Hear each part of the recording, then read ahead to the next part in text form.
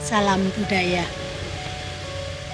Ketemu lagi bersama saya Titi Rizky dan Romo Gede Mahesa dalam mitos, fakta, logika, dan spiritual. Sama seperti tayangan-tayangan yang lalu, kali ini bersama Romo Gede Mahesa saya akan mengupas satu mitos, yaitu Banaspati. Di mana Banaspati ini adalah satu bentuk roh jahat, satu bentuk hantu yang dipercayai oleh masyarakat, yang wujudnya seperti api. Lalu apa akibat dari mereka atau orang-orang yang terkena Banaspati ini? Jakarta News Channel, ayo kita kupas bersama Romo Gede Mahesa. Ya. Oke, Romo. Seperti yang saya baca, Romo, tentang Banaspati ini, dan bahkan saya sendiri pernah mengalami itu. Jadi waktu kecil, ini saya cerita dulu ya, Romo. Boleh. Kecil, saya dan teman-teman itu sedang bermain sore hampir maghrib begitu. Kemudian karena rumah kami itu dulu dekat dengan pemakaman Cina, jadi bong Cina. Itu yang saya melihat ada bola api dari tanah gitu, kemudian naik, tidak begitu tinggi, tetapi karena rasa takut saya, ya saya langsung lari begitu saja. Saya baru tahu ketika saya sudah mulai gede, kemudian saya baca-baca gitu, oh ternyata itu namanya Banaspati. Ya. Nah, lalu sebenarnya Banaspati itu apa, Romo? Nah, gini, Banaspati itu boleh dikata semacam hantu. Tadi juga sudah disampaikan bahwa itu adalah roh jahat atau sebuah ilmu hitam tingkat tinggi. Ya. Tadi Bu Tete cerita pernah melihat. Iya. Saya yakin itu pasti masih indil-indil atau masih anak-anak. Ya, SD kalau nggak salah. SD ya. Ya. Oke. Sebelum cerita tentang Banaspati itu dulu, nanggapi Bu Tete ya. Bu Tete ya. Jadi ketika di kuburan, sebuah kuburan Cina, Bong, ketika masih kecil, ya, itu ngelihat seperti api. Ya. Saya tidak Bu Tete tidak boleh menyampaikan bahwa itu bola api itu adalah Banaspati, belum boleh, karena ada ciri-cirinya, ya. Oh iya. Tapi ya dengan kalau dengan spiritual, bahwa seorang anak yang masih notabene masih dibilang anak-anak, ya, tentunya insting ataupun apa itu kepekaan lebih ada. Ya, oke ya, lebih ada. Lebih tajam menangkap apapun yang tidak kelihatan sebelum akil balik. Oke. Namun jika itu yang dilihat itu benar, saya rasa itu juga satu, bisa itu seperti apa yang dilihat api. Namun dari mana api itu? Karena gini, pernah lihat kilang minyak enggak? Pernah di. Nah, munculnya dari mana? Dari dalam tanah, oh? Ya. Dari dalam tanah, dan kilang minyak di antara moncongnya dan apinya itu pasti ada batasnya. Ya. Ya. Seperti halnya mungkin ketika itu dilihat bahwa di tempat itu mengandung gas, dan manusia itu saya meyakini bahwa sangat mengandung fosfor itu banyak. Ya. Nah, jenazahnya itu ya, tentunya ada gas, ada macam-macam, apalagi kuburan Cina kita nggak tahu. Namun kembali lagi ke Banaspati, memang Banaspati itu ada tiga jenis, yaitu Banaspati api. Mungkin yang Bu Tete lihat itu adalah bentuknya Banaspati api, ya. Bentuknya seperti bola api lah. Seperti bola api, namun ada yang bilang bahwa itu juga dari bola api itu merupakan bentuk wajah. Bola api itu merupakan bentuk wajah. Nah, dari bola api itu jika kena udara itu menjadi tambah gede. Ya. Berarti sama dengan api kalau dikipasi. Iya. Oh, iya. Ini benar banget, seperti kena udara itu tambah berkobar seperti itu, benar. Ya. Kemudian banaspati air. Ya. Kalau ini juga sukanya menyerap darah manusia, namun tidak meninggalkan jejak. Sehingga yang terjadi adalah seseorang itu ketika dibunuh serasa seperti orang tenggelam. Juga banaspati tanah. Nah, banaspati tanah ini sang penghisap darah. Milih-milih. Jadi yang dimakan darahnya sampai habis adalah orang-orang yang memakai sendal, sepatu. Artinya kakinya tidak langsung ke tanah gitu ya? Tidak langsung di tanah. Tapi kalau ada yang nyeker, tidak. Ya, itu.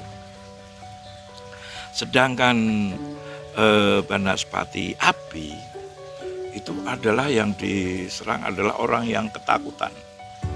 Semakin takut maka ini akan semakin kuat, akan semakin jadi. Gitu ya. Nah, dari ketiga ini yang saya sampaikan ini tentunya bisa ditarik kesimpulan. Ya. Sebentar Romo, biar ya. agak ini ya. Penasaran dulu ini. Jadi begini, saya pengen tanya dulu. Jadi ada 3 jenis yang masing-masing serangannya beda-beda. Gitu ya. Kalau api itu menyerangnya lewat kejaran, itu apa ya? Ketakutan ya. Kalau orangnya semakin takut, ini semakin dikejar gitu ya. Semakin dikejar. Kemudian kalau air itu yang orang tenggelam itu bisa juga karena banaspati gitu ya. Karena lemes, darahnya diserang. Tanpa diketahui ya. Kalau orang tidak peka maka dia tidak tahu. Tidak tahu. Ya. Kemudian yang tanah itu karena yang diserang adalah orang yang tidak menginjak tanah. Ya. Artinya di kakinya itu adalah ada alasnya, alat pakai alas begitu ya. Nah, itu mereka yang diserang ya. Artinya bahwa memang butuh kepekaan, untuk kita tahu itu ada ini, ada itu dan sebagainya gitu ya. Nah, ini lebih saya tanyakan lagi Romo. Ketika saya melihat waktu itu ya, saya masih ingat sekali sampai sekarang. Ketika saya melihat waktu itu, nah saya saking takutnya, saya tidak bisa ngomong apa-apa. Saking takutnya saya lari pulang. Sudah itu saja. Baru kemudian setelah dewasa, setelah saya ngerti gitu, saya baca-baca baru tahu kalau itu banaspati. Karena yang dibaca adalah satu mitos tentang roh jahat, tentang hantu. Coba baca sesuatu yang tentang yang berhubungan dengan akal sehat, tentunya akan didapatkan hal yang lain. Pengetahuan dengan logika, artinya gitu ya. Nah, sekarang gini Romo, ada banaspati dengan 3 unsur tadi ya, dengan 3 unsur tadi. Kepercayaan masyarakat bahwa banaspati itu adalah roh jahat yang bisa mengganggu manusia, begitulah, bisa mengganggu manusia. Nah, sekarang kalau secara ilmu pengetahuan yang ilmiah, itu banaspati itu sebenarnya apa? Nah, gini, yang ilmiah aja ya. Ini tolol-tololan. Karena zaman sekarang ini dulu, banaspati itu hanya sangat-sangat terkenal itu di Jawa dan Kalimantan. Masyarakat Indonesia lah. Masyarakat Indonesia, khususnya Pulau Jawa dan Kalimantan. Ya, di Bali juga ada, ya. Di Bali juga ada. Nah, kalau kita kembali ke masa lalu, itu di sudut-sudut desa atau apa orang cerita banaspati. Tapi sekarang siapa yang sudah akan mulai cerita jarang ya. Tentang Banaspati, tentang ini itu tidak ada. Nah, saya membayangkan ketika beberapa waktu lalu, sudah lama sih, saya jalan-jalan pagi hari dari turunan lereng gunung. Saya juga ngelihat api. Pelan jalan, naik turun dari jauh. Saya, apa ini? Ya kan? Setelah dekat-dekat, ya kan? Apa yang saya lihat? Embok-embok yang ketika itu jam 2 pagi dari atas gunung turun, ya, membawa hasil kebunnya entah dagangan apa, membawa blarak, obor, karena memang gelap, memang gelap. Nah, itu bisa terjadi, ya. Kalau dari kejauhan, api jalan gini-gini, orangnya nggak kelihatan, mbok-mboknya itu atau siapapun. Ini logikanya ya. Kemudian ketika itu juga kita itu masih dalam penjajahan, baik ketika kolonial Belanda ataupun Jepang. Juga bayangkan di tempat yang sepi atau apa, di mana orang desa mungkin belum pernah lihat mobil loh, ya kan? Ada lampu jalan yang ini bisa terjadi, lampu bergerak gitu, ya kan? Seperti itu. Juga akhirnya mengenal senter, ya kan? Ini nih ternyata perkembangan zaman itu mempengaruhi atau menggusur mitos-mitos yang menakutkan. Lagi jalan, tuh ada bulat api gini-gini. Sekarang coba di jalan tol, kita dari atas gunung, kayak apa itu? Kita bisa imajinasikan. Ada binatang berapi, banyak Banaspati, naga, ada ular naga. Seperti itu. Nah, namun yang menarik dari sini adalah bahwa jika Banaspati itu ada api, air, dan tanah, kemudian senyawanya itu udara. Nah, ini tentunya ini adalah sebuah pesan, sebuah makna bahwa seseorang itu janganlah pemarah, ya kan? Tahan emosi. Tadi kan disampaikan bahwa Banaspati api ini akan bersenyawa dan besar jika kena angin, ya kan? Mau akan membara, gitu loh. Juga tanah, ya kan? Tanah ini lawannya api dan nanti ada air, unsur-unsur ini. Itu tentunya juga ada bahwa dalam para pelaku spiritual itu sangat meyakini bahwa inti bumi itu hanya api, air, tanah, udara. Dan satu lagi adalah kekuatan yang mempunyai mahadaya ini. Nah, juga disebutkan baik pesan-pesan para pendahulu atau dalam tulisan untuk melawan Banaspati itu apa? Ya, dengan doa, terus rajin beribadah, artinya mengingatkan bahwa ya kalau dengan api itu ya jangan sembrono, dengan tanah ya jangan main ini tanahku, main serobot atau main apa-apa, semua mempunyai pesan-pesan untuk kehidupan ini. Nah, satu lagi Romo, yang mungkin ini kemudian seiring dengan zaman, seiring dengan peradaban-peradaban baru. Dan ternyata kalau tadi Banaspati tanah tadi, mereka yang tidak menyentuh tanah, artinya mereka yang setiap kali pakai sepatu terus kemana-mana. Dan ternyata sekarang memang kaki yang langsung menyentuh tanah itu lebih sehat ya. Lebih sehat dibandingkan yang terus-terusan. Dan yang suka makan tanah adalah makan tanah, Romo? Yang pakai sepatu yang ini sehingga akan kembali lagi dimakan lagi. Itu semua adalah piweling. Gitu. Berarti ini sebenarnya piweling keseimbangan. Filosofi ya. Keseimbangannya. Filosofis yang sangat tinggi. Namun filosofi kita itu, mitos-mitos kita itu selalu hardcore, selalu menakutkan. Ya. Soalnya apa? Mungkin para pendahulu kita, mungkin para pendahulu kita itu tahu bahwa kita itu orang dablek. Jadi kalau nggak ditakutin, nggak bakalan benar. Satu mungkin ya dableknya mungkin karena tidak berpengetahuan waktu itu ya. Kalau sekarang sih nggak juga, mungkin kalau sekarang berpengetahuan dablek juga ada. Karena dablek itu bukan masalah pengetahuan. Bagian dari karakter. Karakter. Ya, kalau dulu mungkin karena kondisi juga masih belum serame ini, kemudian listrik juga belum sebanyak ini. Nah, itu mungkin yang orang-orang yang berkepentingan itu yang kemudian dengan hardcore itu tadi membuat satu cerita-cerita begitu ya. Ya. Namun ada yang perlu saya sampaikan ya.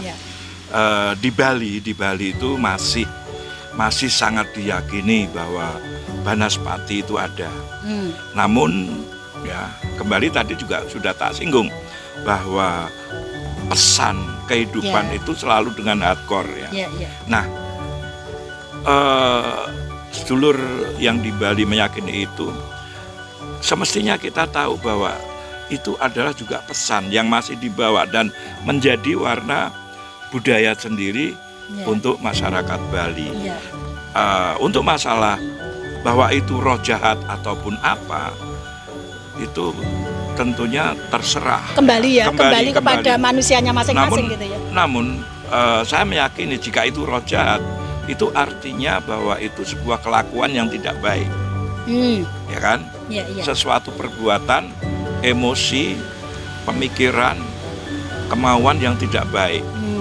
Jadi simbol-simbol itu ada di Bali semua. Jadi kalau saat ini itu sudah tidak ada mitosnya, itu jangan kemudian dihilangkan begitu ya. Tetapi harus diingat bahwa mitos itu sendiri mengandung piweling. Nah, yang diingat kan piwelingnya ini. Piwelingnya, ya, dikupas.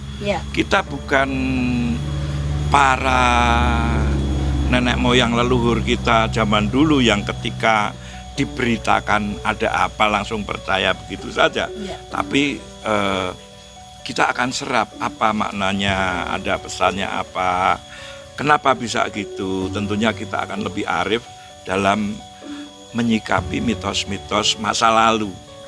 Ya, tidak langsung menyalahkan. Tidak. Langsung kemudian misalnya gini Rom, misalnya ada orang yang percaya tentang satu mitos, tidak kemudian menyalahkan gitu ya. Tidak. Tetapi kalau bisa kita yang istilahnya mengupas satu kebaikan kan. Gini, kalau itu menjadi satu keyakinan seseorang, kita tetap hormati. Ya kan, seperti halnya kita berbincang-bincang ini, tentunya juga perlu dihormati bahwa ini satu pendapat.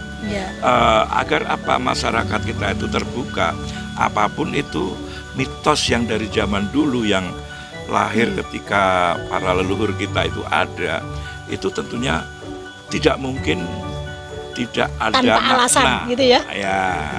Diberikan satu cerita itu tidak mungkin tanpa makna. Betul. Matur nuwun Romo. Demikian sedulur semua tentang mitos Banaspati. Mudah-mudahan menambah pengetahuan dan bisa menjadikan diri kita menjadi lebih terbuka. Salam budaya.